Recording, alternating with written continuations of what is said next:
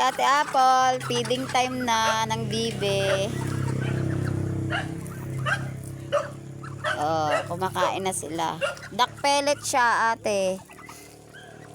Mamaya, may panghimaga sila. Ano, yung veggies naman, yung hiningi namin sa palengke. O, tingnan mo, ang lalakas kumain. Okay na siguro yan, mamaya na uli.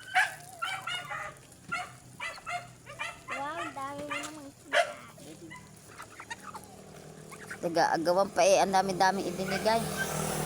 Tapos, alaga sa tubig. At ayaw uminom pagka madumi na ang nasa batiya.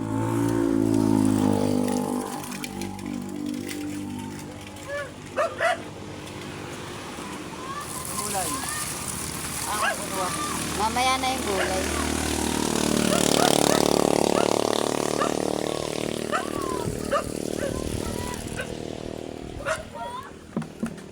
Busy sa pagkain.